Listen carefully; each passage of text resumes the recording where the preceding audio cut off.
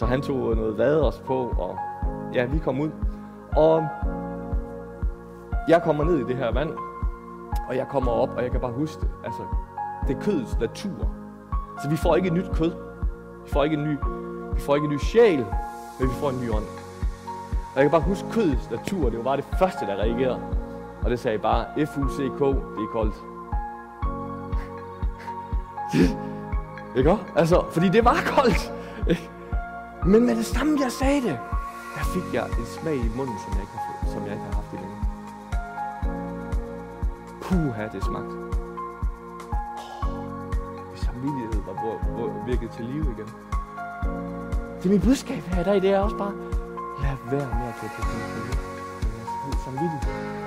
Fordi jeres samvittighed kan blive kold, og så ender I et sted, hvor Bibelen taler om, at det, der er godt, skal blive set på som værende ondt, og det, der er ondt, skal blive set på som værende god.